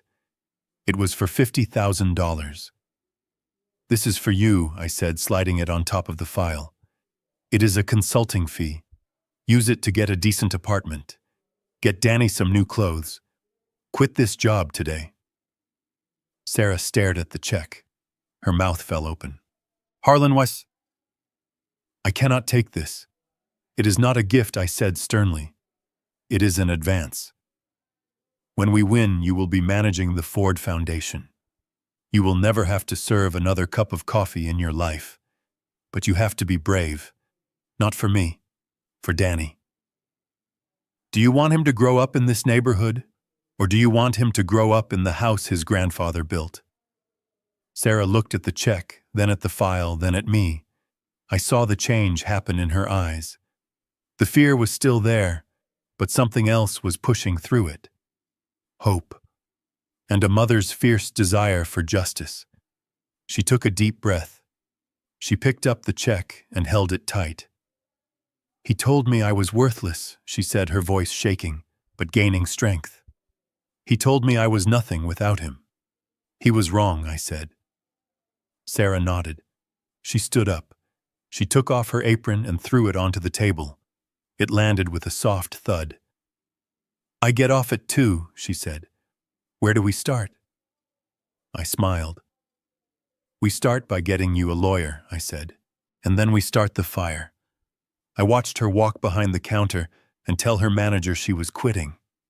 For the first time in 2 years, I felt a genuine warmth in my chest. I had my ally. I had my family. And Preston and Tiffany were sitting in their glass castle, completely unaware that the stones were about to start flying. The headquarters of Ford Logistics rose above the city skyline like a monument of steel and glass. I stood on the sidewalk across the street, looking up at the 42nd floor. That was where my office used to be. That was where I had signed the papers to buy my first fleet of trucks. And that was where my son was currently sitting, preparing to sell the last piece of my soul to a consortium of foreign investors who only cared about stripping the assets and firing the American workforce. I adjusted my tie in the reflection of the glass doors. I was not wearing the loose suit from yesterday. I was wearing a charcoal pinstripe tailored to perfection. It was old, but it commanded respect. I walked toward the revolving doors. My heart was pounding not with fear, but with the rhythm of a war drum. The lobby smelled the same, lemon polish and filtered air. The receptionist was new. She was young, and she looked at me with a mixture of confusion and recognition. She reached for the phone, probably to warn Preston, but I held up a hand. I did not stop walking. I headed straight for the security turnstiles. Standing there was Sam. He was the head of security. A big man with shoulders like a linebacker and a heart of gold. I had paid for his daughter's knee surgery 10 years ago. He looked at me and his face softened. He glanced at the monitor where a memo with my face on it was undoubtedly pinned under the title "Do Not Admit." Sam stepped forward, blocking my path. To anyone watching on the cameras, it looked like he was doing his job. He leaned in close, his hand resting on his belt. "Mr. Ford," he rumbled, his voice low, "they told me to call the police if you showed up. They said you were dangerous." I looked Sam in the eye. "Do I look dangerous, Sam?" I asked. He smiled a small, sad smile. "You look like the boss to me," he whispered. He reached into his pocket and pulled out a keycard. He swiped it on the sensor for me. The gate beeped green and opened. "Give them hell, sir," Sam said, stepping aside. I nodded my thanks and walked to the private elevator. The doors slid shut, cocooning me in silence. As the numbers above the door climbed higher, 20, 30, I felt the weight of the last 2 years falling away. I was rising. I was returning. The elevator chimed at the 42nd floor. The doors opened directly into the executive lobby. The boardroom was straight ahead. The double glass doors were frosted, but I could see the silhouettes of the people inside. I could hear Preston's voice. It was high-pitched and fast, the voice of a man trying to sell a drowning horse. I walked up to the doors. I did not knock. I pushed them open with both hands and stepped inside. The room went silent instantly. There were 12 people sitting around the massive oval table. 6 of them were the foreign investors, men in expensive suits with unreadable expressions. 4 were the remaining board members, cronies Preston had appointed. And at the head of the table stood Preston. He was pointing at a graph on the projection screen that showed a projected profit from the liquidation. He froze his hand still in the air. He looked at me as if he were seeing a ghost. "Security!" he shouted, his voice cracking. "How did you get in here?" Sam, get up here." I walked calmly to the other end of the table opposite him. I placed my briefcase on the mahogany surface with a heavy thud. "Sam is busy," I said, my voice filling the room. "And this meeting is illegal." Preston turned purple. "Get out!" he screamed. "You have no authority here. You are a convicted felon. You were removed from the board. You have 0 shares, 0 voting rights. You are nobody." The lead investor, a man with gray hair and cold eyes, looked from Preston to me. He did not look amused. "Mr. Ford," he said, addressing Preston, "is this going to be a problem? We were assured that the family issues were resolved." "They are resolved," Preston stammered, wiping sweat from his forehead. "My father is suffering from delusions. He has no legal standing. We can proceed with the vote. I hold 51% of the voting stock. I authorize the sale." He looked at the board members. "Vote," he commanded. "Raise your hands. Sell the division." I reached into my briefcase. "Before you raise your hands," I said loud enough to stop them, "you might want to check your math, Preston." I pulled out a stack of papers. They were not crisp legal documents drafted by a high-priced firm. They were crinkled. Some had coffee stains. Some were handwritten. "You are right," I continued. "I do not have any shares. You stole them all, but you forgot about the employee stock ownership plan." Preston laughed nervously. "The ESOP," he scoffed. "Those represent tiny fractions. The drivers, the mechanics, the secretaries. They have no power. They are irrelevant." I spread the papers out on the table, fanning them like a deck of cards. "You are wrong, son," I said. "They are the company. And for the last 24 hours, while you were planning your gala and buying your wife jewelry, I was visiting them. I went to the break rooms. I went to the loading docks. I went to the mechanic shops. I picked up one of the sheets. This is a proxy form signed by Dave Miller, the head mechanic. He has been fixing our trucks for 30 years. This one is from Mrs. Higgins, your old executive assistant, whom you fired last month. This one is from the entire union chapter of the Northeast Division." I looked at the investors. These people own shares. Small shares, yes. But when you add them all up, they amount to 15% of the total voting stock. And guess what? They all signed their voting rights over to me for this meeting. Preston's face went pale. He began to do the mental math. If he had sold 40% to pay his debts, and he needed a supermajority to authorize a sale of this magnitude, my 15% was a brick wall. "I hold the proxy for 15% of this company," I announced. "And on behalf of the men and women who actually built this business, I vote no." The room was deathly quiet. The lead investor closed his folder. He stood up. "Mr. Ford," he said to Preston, "it seems you do not have the authorization you claimed. We do not do business with liars." He signaled to his team. They stood up in unison and walked out of the room. They did not even look at Preston as they passed him. The door clicked shut behind them. Preston stood there trembling. His big deal was dead. His liquidity was gone. The investors had walked. He looked at me with eyes full of madness. He grabbed a heavy crystal water glass from the table. "You old bastard!" he screamed. He hurled the glass across the room. It missed my head by inches and shattered against the wall behind me, exploding into 1,000 shards. Water dripped down the expensive wallpaper like tears. "You ruined it!" Preston shrieked. "That was $12 million. That was our lifeline. Do you know what you have done? You have killed us. You want us to starve. Is that it? You want your own family to be out on the street." I did not flinch. I did not blink. I looked at the shattered glass, then back at him. "I do not want you to starve, Preston," I said calmly, picking up my briefcase. "I want you to work. There is a difference." I turned my back on him and walked toward the door. "And Preston," I added, pausing with my hand on the handle, "fix the wall. It is coming out of your salary." I walked out, leaving him screaming in the wreckage of his own greed. The battle for the boardroom was won. But the war for the soul of my family was far from over. I had stopped the bleeding, but now it was time to perform the surgery. And surgery is always painful. The private medical practice of Dr. Elias Thorne was located in a glass building that looked more like a five-star hotel than a clinic. The waiting room was decorated with abstract art and smelled of lavender and money. It was quiet. The kind of quiet that costs $500 an hour. I walked past the receptionist, a young woman who was too busy typing on her phone to notice two men in suits walking briskly toward the private offices.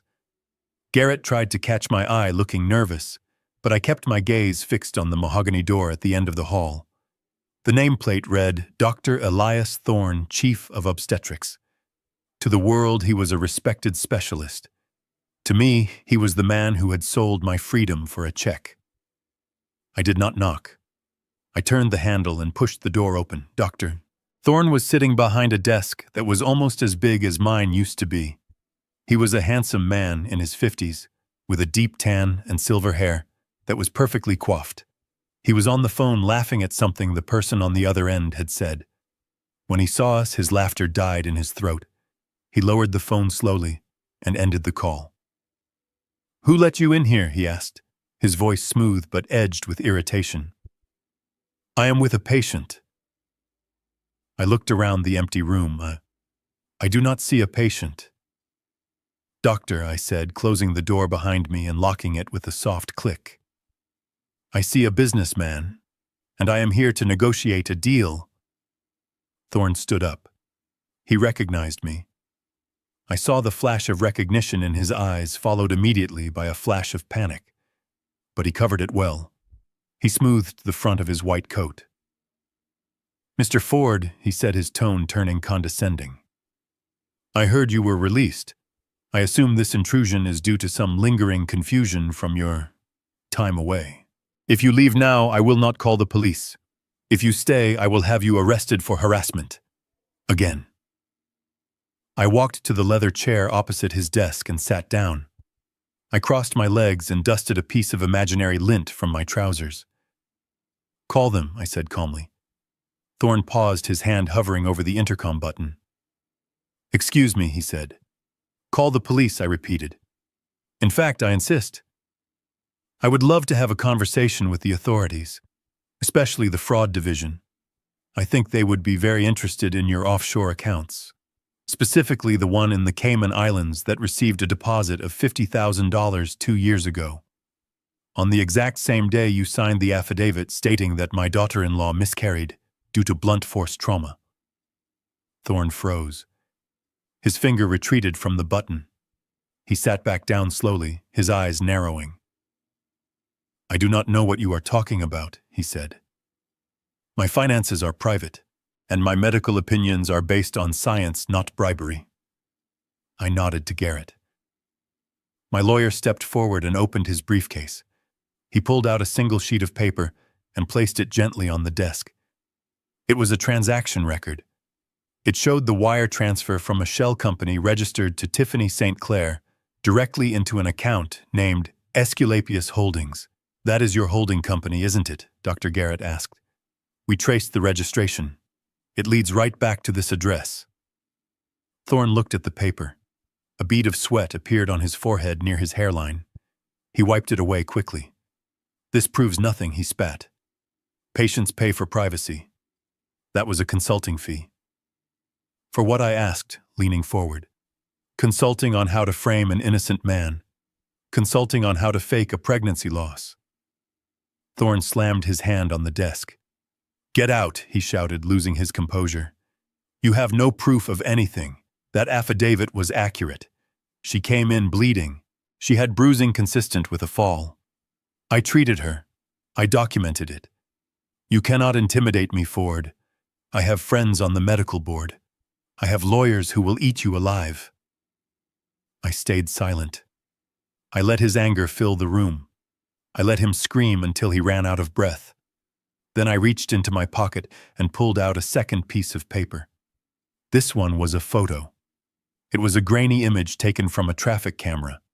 It was dated May 14th, 2 years ago, 2 hours before Tiffany supposedly fell down the stairs at my house. The photo showed a motorcycle lying on its side on a wet highway.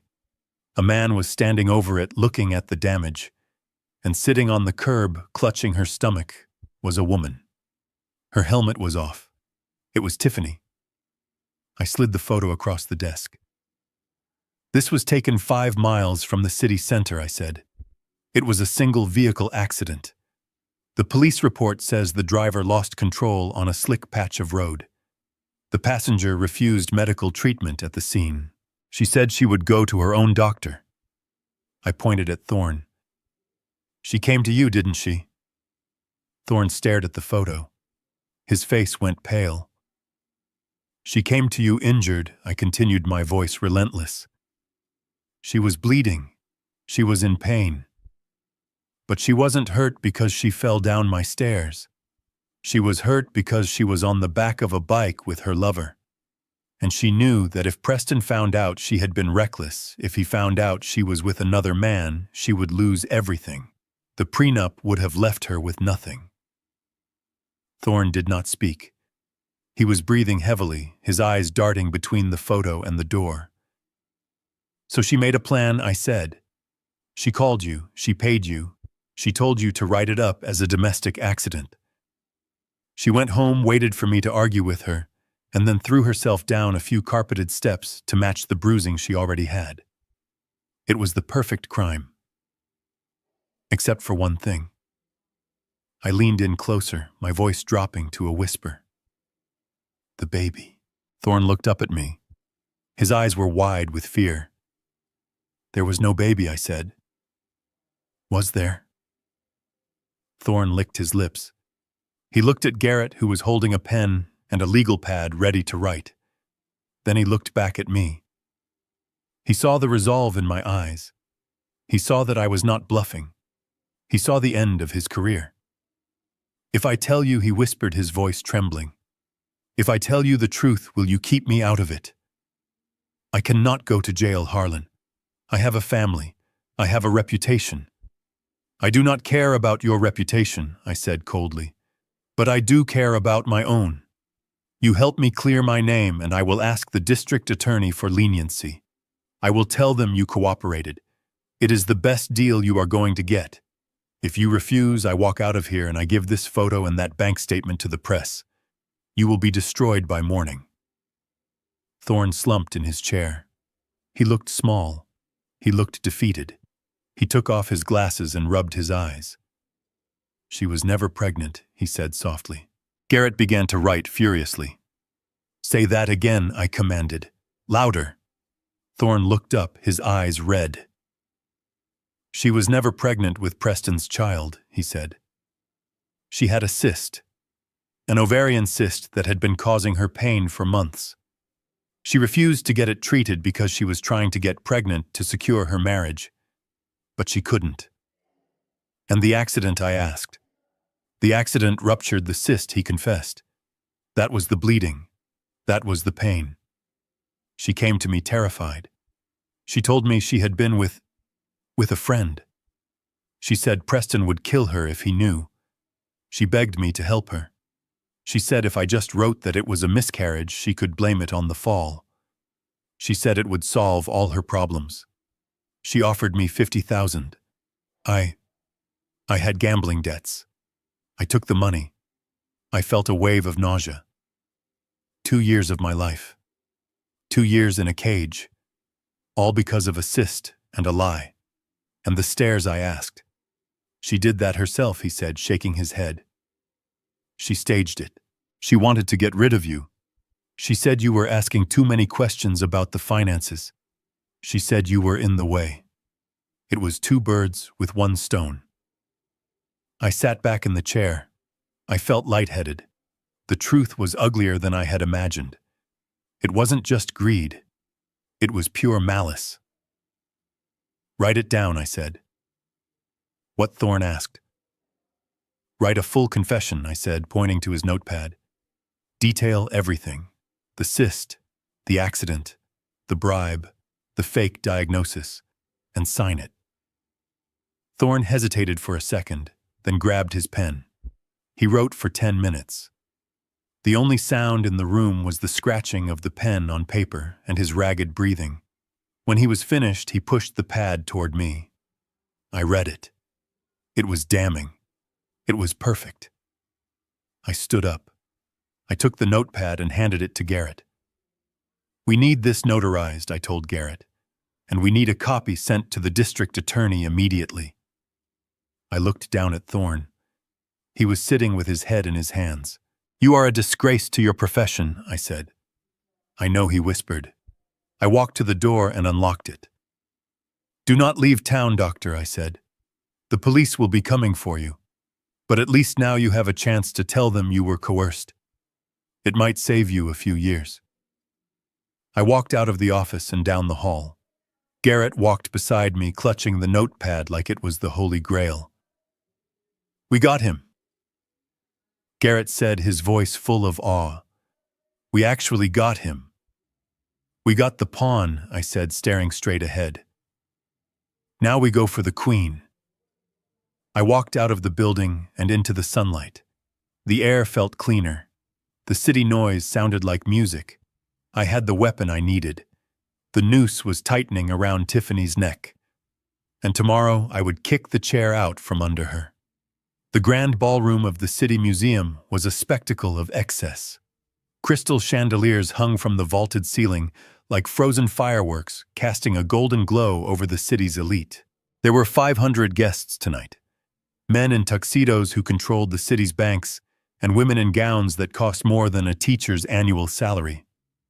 They were drinking vintage champagne and eating caviar, oblivious to the fact that they were standing in a slaughterhouse, and the pig being led to the slaughter was my son.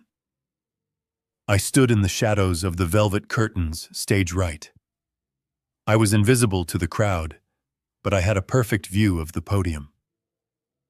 Preston was up there, basking in the spotlight. He looked the part of the successful CEO. His hair was perfectly styled. His smile was bright and false. Tiffany sat in the front row, wearing a necklace that I recognized as another piece from my late wife's collection. She was clapping her hands, gazing up at him with a look of adoration that I knew evaporated the moment the cameras turned off. Preston leaned into the microphone.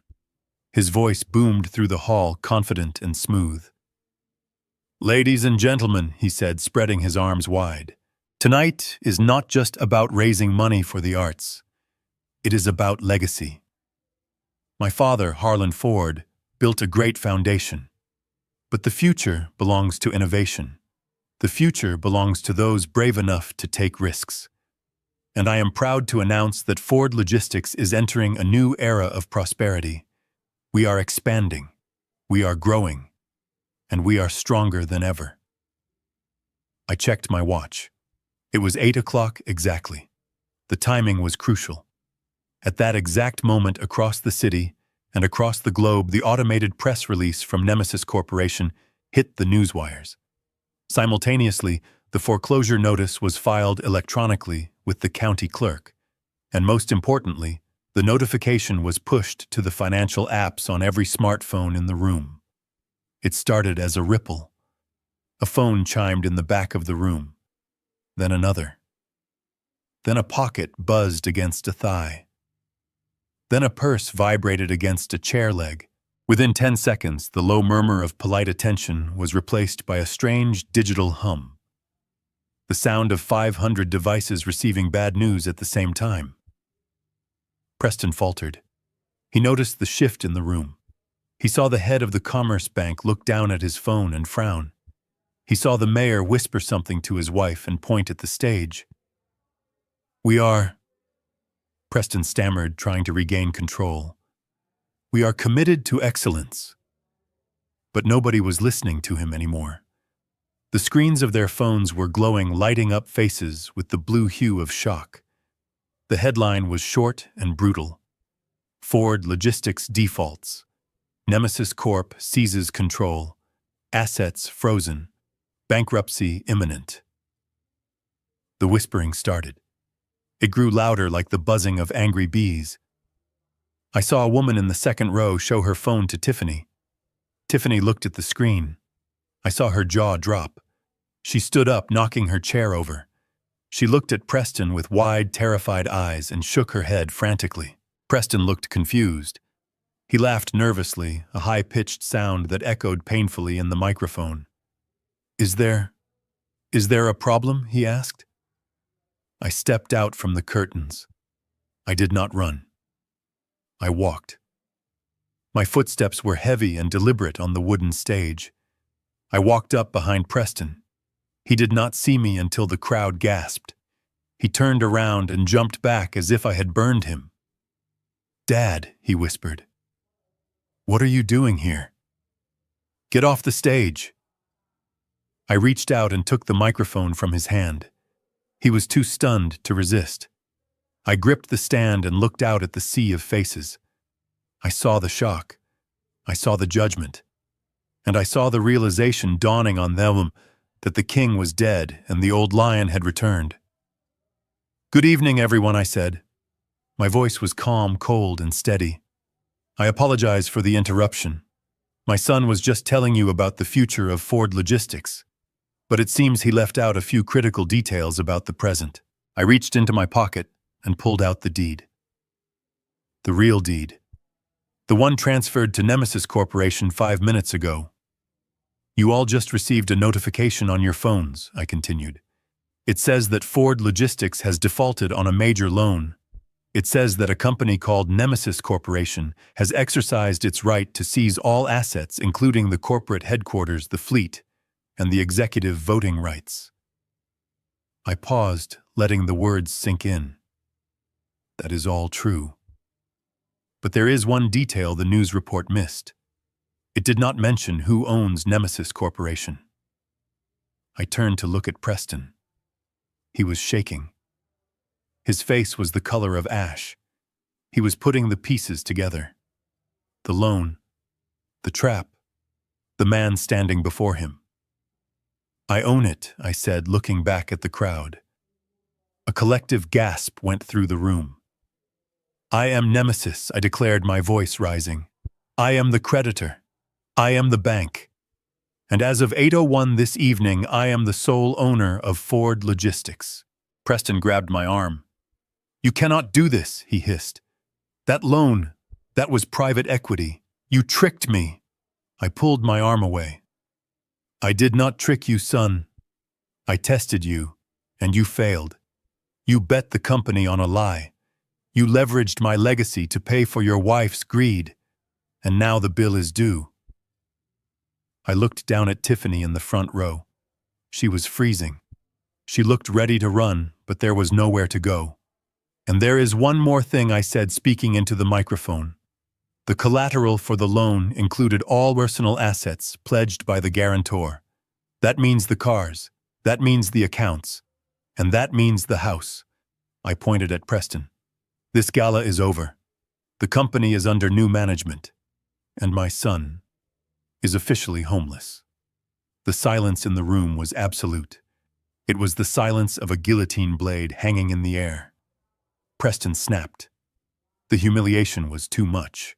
The loss of his status, his money, his identity in front of the people he desperately wanted to impress, broke something inside him. He let out a primal scream of rage. "You stole it!" he shrieked. "You thief! I will kill you!" He lunged at me. His hands were clawed, reaching for my throat. He wanted to squeeze the life out of me right there on stage. I did not move. I did not flinch. I stood my ground, prepared to take the hit, but I did not have to. From the wings, a massive figure emerged. It was Sam, the head of security. He moved faster than a man his size should be able to move. He intercepted Preston in midair, tackling him to the ground with a bone-jarring thud. "Get off me!" Preston screamed, thrashing against the floor like a wild animal. "That is my company. He is the criminal. Arrest him." Sam pinned Preston's arms behind his back. He looked up at me, awaiting orders. "Take him out, Sam," I said quietly into the microphone. and take his wife too. They are trespassing. Two other guards appeared and grabbed Tiffany, who was trying to slip away through the side exit. She screamed, kicking and scratching as they dragged her toward the doors. Preston was hauled to his feet. His tuxedo was torn. His hair was wild. He looked at me with eyes full of tears and hatred. "I am your son," he sobbed. "How could you do this?" I looked at him. I looked at the boy I had raised, who had grown into a man who would frame his own father. "You stopped being my son the day you put me in a cage," I said. "Get him out of my sight." Sam dragged him away. Preston's screams echoed through the ballroom until the heavy double doors slammed shut, cutting off the sound. I stood alone on the stage. The crowd was staring at me. They were terrified. They were awestruck. They were witnessing a massacre and a coronation all at once. I adjusted my tie. I looked at the microphone. "Please enjoy the dessert," I said. "I believe the chocolate tart is excellent." I placed the microphone back on the stand and walked off the stage. I did not look back. I had stripped him of his armor. I had taken his sword. Now he was naked in the wilderness. But I was not done. He had lost his money. But he still had his freedom. And that was the last thing I intended to take. The backstage area was a narrow corridor of concrete and exposed wiring that smelled of dust and old adrenaline. It was the unglamorous reality behind the velvet curtain, and it was fitting that this was where my family finally disintegrated. The roar of the crowd in the ballroom had turned into a low, confused rumble, but back here the noise was sharp and violent. Sam and the other guards had dragged Preston into a holding area near the loading dock. He was disheveled, his tuxedo jacket torn at the shoulder, his face slick with sweat and tears. He was not fighting anymore. He was hyperventilating, his eyes darting around like a trapped animal looking for a way out. Tiffany was there too, cornered by two security officers who were politely but firmly blocking her path to the exit. I walked into the space, the heavy metal door clicking shut behind me, muting the noise from the gala. But I was not alone. The press had found the side entrance. A dozen reporters with cameras and microphones were pushing against the security line, their lenses hungry for the aftermath of the explosion I had just detonated on stage. I nodded to Sam to let them in. The truth needed an audience. Preston saw me and scrambled to his feet, stumbling toward Tiffany. He reached out for her, desperate for an ally, desperate for the woman he had sacrificed his soul to please. "Tiffany, tell them," Preston pleaded, his voice high and hysterical. "Tell them about the trust. Tell them about the baby's rights. He cannot take everything. We still have your accounts. We still have the offshore money." Tiffany slapped his hand away. The sound echoed off the concrete walls like a gunshot. She stepped back, looking at him with a mixture of disgust and pure, unadulterated loathing. The mask had fallen completely now. There was no more sweet, supportive wife. There was only a rat realizing the ship had sunk and the captain was drowning. "Do not touch me," she spat. "You are pathetic. Look at you. You are crying like a child." Tiffany Preston gasped, clutching his chest. "What are you saying? We are in this together. We need to call a lawyer." "There is no we." Tiffany screamed, her voice shredding what was left of her dignity. "You are broke, Preston. You heard him. You are homeless. Do you think I signed up for this? Do you think I married you for your personality? You are a weak, spineless little man who needed his daddy to run his life, and now you do not even have his money." She turned to the guards, pointing a manicured finger at the door. "I am leaving," she announced. "I am filing for divorce in the morning. And you can tell your father that I am taking half of whatever scraps are left. I want spousal support. I want child support. I will bleed you dry for the next 18 years. She turned to storm out, her red dress swirling around her like a pool of blood. "You are not going anywhere, Tiffany." My voice stopped her dead in her tracks. I stepped into the circle of light cast by the overhead rig. The reporters raised their cameras, the shutters clicking furiously. Tiffany spun around, her eyes narrowing. "Get out of my way, old man," she hissed. "You got your company back. Congratulations. Now let me go. I have a son to raise. I reached into my inner pocket. This was the moment. The final nail in the coffin.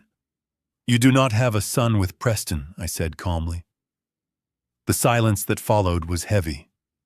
Preston looked up, his face streaked with tears, confusion warring with panic.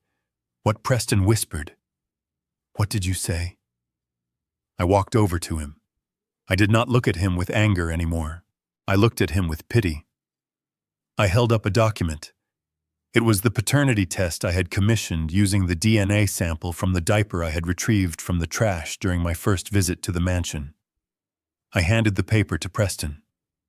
Read it, I commanded. Preston took the paper. His hands were shaking so hard he could barely hold it steady. He squinted at the numbers, the scientific jargon, and then the final conclusion at the bottom of the page. Probability of paternity 0%. He looked up, his mouth opening and closing soundlessly. He looked at Tiffany. Tiffany, he choked out. What is this? Tiffany's face went white. She tried to lunge for the paper, but Sam stepped in her way. It is a lie, she shrieked, looking at the cameras. He forged it. He is trying to frame me. I pulled out the second document. The confession from Dr. Thorne. I held it up for the press to see. And this, I addressed the reporters, my voice projecting clearly for the microphones, is a sworn affidavit from Dr. Elias Thorne. It details how Ms. St. Clair paid him $50,000 to fake a miscarriage 2 years ago. There was never a baby then. And the baby she has now. I turned my gaze back to Tiffany, who was now trembling, her back pressed against the wall. I did some digging, Tiffany, I said. I checked the visitor logs at the gym you go to. I checked the credit card receipts for the hotel rooms. And then I ran a second DNA comparison. I pulled out a photo.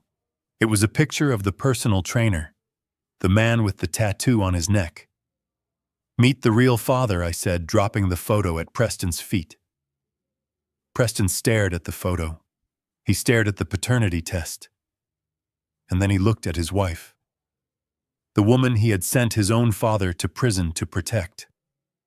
The woman he had stolen millions of dollars to impress. The woman who was currently looking at him, not with love, but with the terrified eyes of a con artist caught in the act. Is it true? Preston whispered. His voice was broken. It sounded like glass grinding in a machine. Tiffany did not answer. She didn't have to. Her silence was a confession. And then Preston screamed. It was not a scream of anger. It was a scream of agony. It was the sound of a man realizing that his entire reality was a hallucination. He fell to his knees on the dirty concrete floor. He grabbed his hair, pulling at it, rocking back and forth. I put him in jail, Preston wailed, slamming his fist into the ground until his knuckles bled. I put my own father in jail for you. I destroyed my life for you. And it was all a lie. He looked up at me, his eyes wide and bloodshot, filled with a horror that would haunt him for the rest of his life. Dad, he sobbed. Dad, I didn't know. I swear I didn't know. She told me you hurt her. She told me the baby was mine. I looked down at him. He was a ruin of a man. A shell. Ignorance is not a defense, Preston, I said coldly. You chose to believe a lie because it was easier than facing the truth. You chose her over your own blood. Preston crawled toward Tiffany, grabbing the hem of her red dress.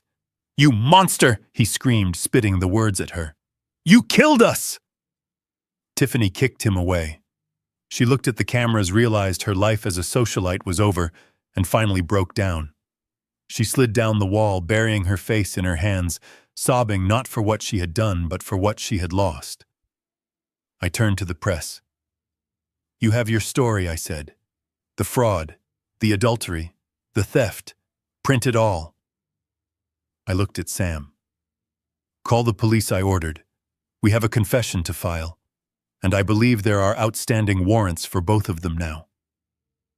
I turned and walked toward the exit door. Behind me, the sound of Preston's weeping mixed with the flashing of cameras and the shouting of reporters. It was a symphony of destruction. I walked out into the cool night air. The gala was still going on inside, but the party was over.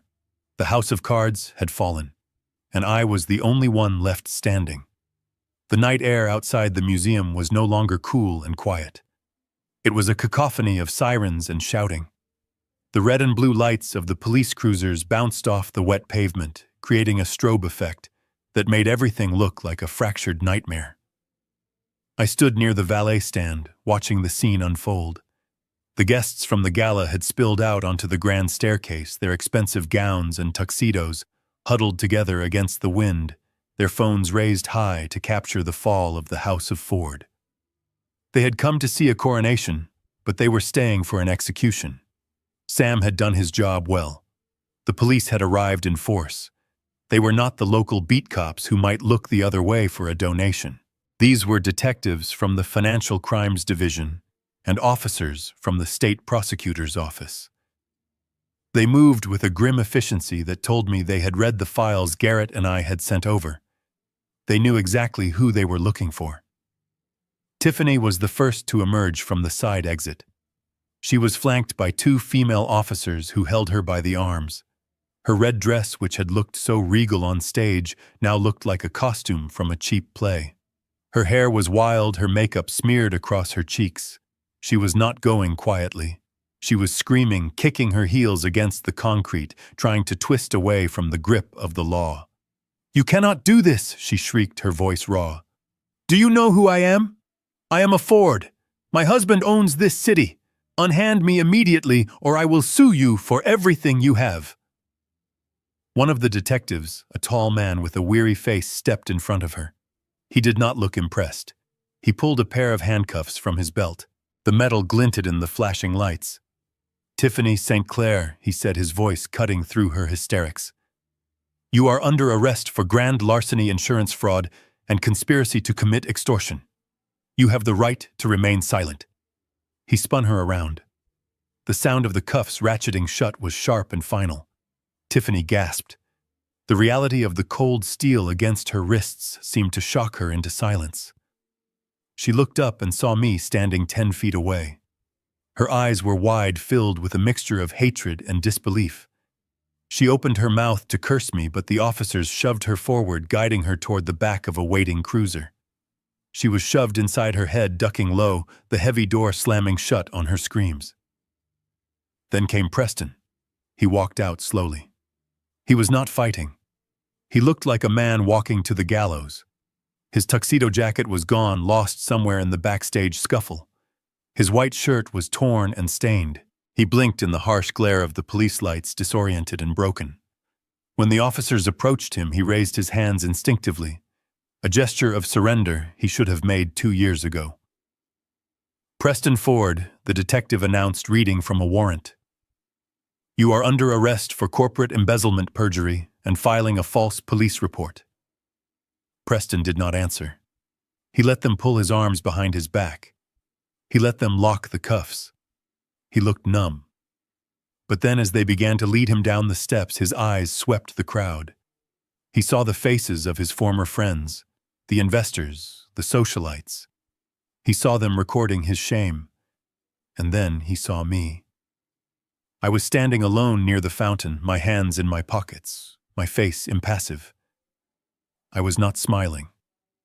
There is no joy in watching your own blood being put in chains, but there is satisfaction in justice. Preston stopped. He planted his feet, fighting against the officer's grip. "Dad," he cried out. The officers tried to push him forward, but he threw his weight back, desperate to reach me. "Dad, wait. Please." He broke free from one of the officers for just a second, stumbling toward me. He fell to his knees on the wet asphalt, sliding until he was right in front of me. He looked up, tears streaming down his face, mixing with the sweat and the dirt. He looked like a child again, the little boy who used to scrape his knees and run to me for comfort. But that boy was dead. He had been killed by the man kneeling before me. "Dad. Please," he sobbed, trying to reach for my hand with his bound wrists. "Stop this. Tell them it was a mistake. I am your son. You cannot let them take me to prison. I will die in there." I looked down at him. I saw the fear in his eyes. It was the same fear I had felt every night for 730 days. The fear of the cage, the fear of being forgotten. "I made a mistake," he pleaded, his voice cracking. "I was stupid. I was weak. But I am family. You said family protects each other. Save me, Dad. Please save me." He leaned forward, pressing his forehead against the toe of my shoe, weeping uncontrollably. I looked at the crowd. They were silent, watching the final act of the tragedy. I looked at the police officers who had paused, giving us a moment. They waited for my signal. They thought perhaps the father would soften. They thought perhaps mercy would win. I leaned down. I got close enough so that only he could hear me. I smelled the fear on him. "I protected you for 40 years, Preston," I said, my voice low and hard like granite. "I gave you a home. I gave you an education. I gave you a company. I taught you right from wrong. I taught you that a man's word is his bond." Preston looked up, hope flickering in his eyes. "Yes," he whispered. "Yes, Dad." I stood up straight, towering over him. "But you did not learn," I said. "You chose to listen to greed. You chose to listen to a liar. And when I tried to warn you, you locked me away to silence me." I pulled my foot back, breaking the contact between us. I kicked his hand away gently but firmly, a gesture of absolute rejection. "I have taught you everything I can, son," I said coldly. "And you failed every test. So now I am sending you to a new school." Preston's eyes went wide with horror. "No," he gasped. "No, Dad, please. Let prison teach you," I said. "Maybe the walls will teach you the value of freedom.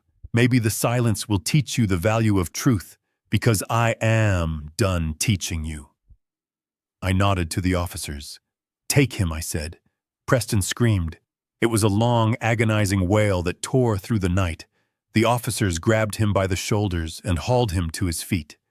He thrashed and kicked, looking back at me with eyes full of betrayal, but I did not look away. I watched him being dragged toward the second cruiser. The press surged forward, the flashbulbs exploding like lightning, illuminating his twisted face one last time before he was shoved into the back seat.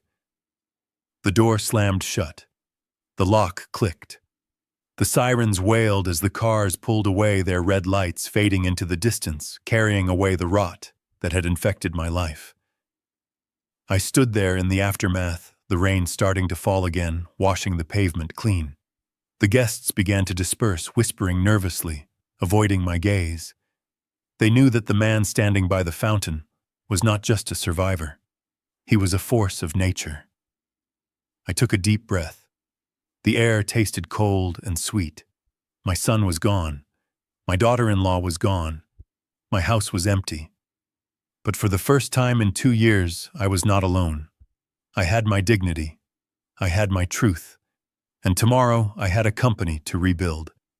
The morning sun streamed through the floor-to-ceiling windows of the executive suite on the 42nd floor. It was a clean, sharp light, not the gray gloom that had hung over the city on the day of my release. The office had been restored. The treadmill was gone. The mirrors were gone. My mahogany desk was back in its rightful place, polished to a shine that reflected the skyline of the empire I had built. The air smelled of fresh coffee and expensive leather. It smelled of order. I sat in my high-backed chair, signing the final stack of documents. My hand was steady. The signature was bold and sweeping, just as it had been 30 years ago. Across from me sat Sarah. She was no longer the frightened waitress in a stained uniform hiding in a diner booth. She was wearing a tailored navy suit that fit her perfectly. Her hair was styled, and her eyes behind her new glasses were sharp and intelligent. She was reviewing the quarterly projections on her tablet, tapping the screen with the confidence of a seasoned executive. I had appointed her chief financial officer 2 weeks ago.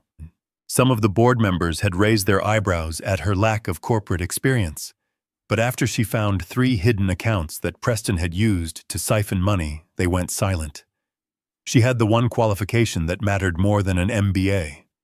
She had integrity. I placed the pen down on the document. It was done. The Harlan Ford Legal Defense Fund is officially established, I said, sliding the paper across the desk. $5 million in initial funding. It will provide top-tier legal representation for elderly people who are being financially exploited by their families. No one should have to rot in a cell because their children want an early inheritance. Sarah took the document and smiled. It was a genuine smile, one that reached her eyes. "It is going to change a lot of lives, Harlan," she said.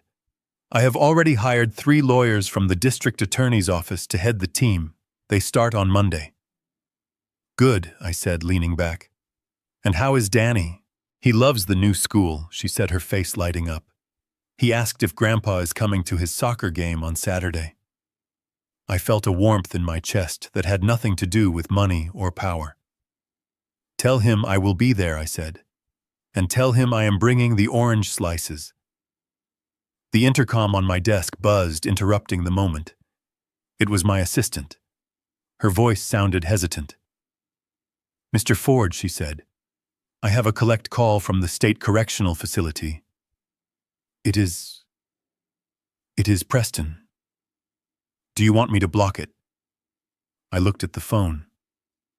The red light was blinking, a rhythmic, pulsing warning. Sarah looked up at me, her expression tightening. She did not say anything, but I knew what she was thinking.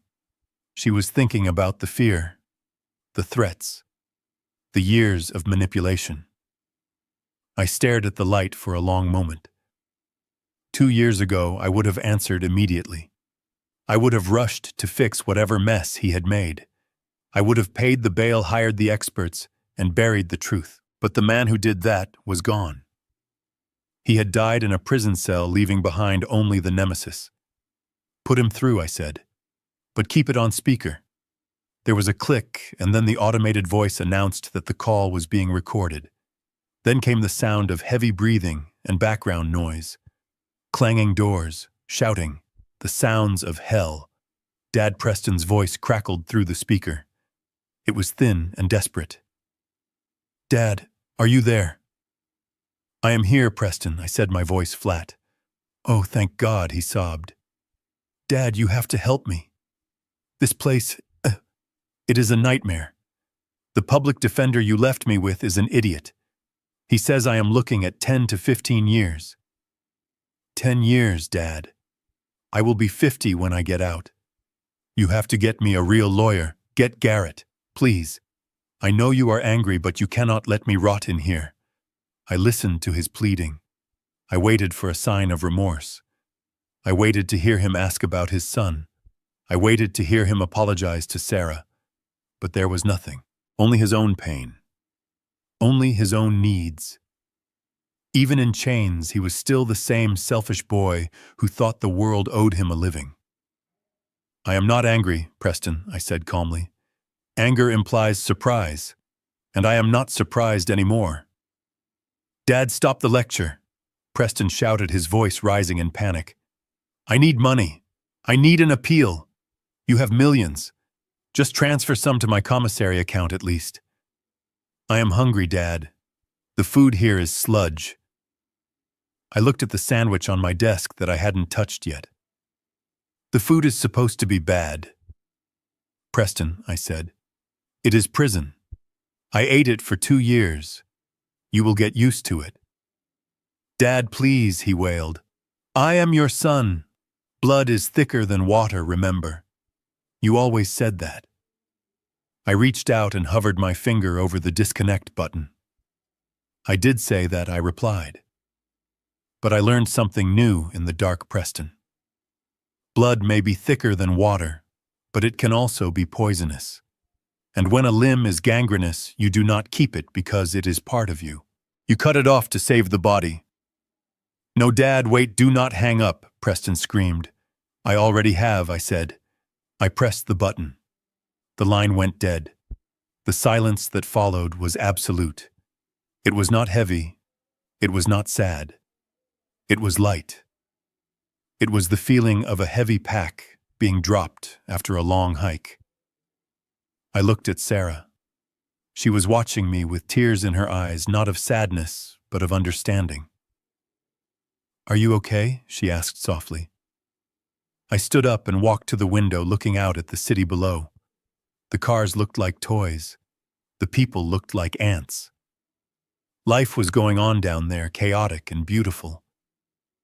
I am better than okay, I said. I am free. I turned back to look at her. People say that family is everything. They say you have to forgive them no matter what they do. They say that biology is destiny. But they are wrong. Family is not about whose DNA you share. It is about who stands by you in the rain. It is about who respects you when you have nothing. It is about who tells you the truth even when it hurts. I walked over and placed a hand on Sarah's shoulder. I lost a son, I said. A son who saw me as nothing more than a bank account. But I gained a daughter who sees me as a man. And on Saturday, I am going to watch my grandson play soccer. That is a fair trade. I walked back to my desk and picked up my pen. Now, I said, let us get back to work. We have an empire to run. This story teaches us a harsh but necessary truth. Toxic behavior should never be tolerated simply because it comes from family. Harlan spent years enabling his son's entitlement, believing that love meant shielding him from consequences.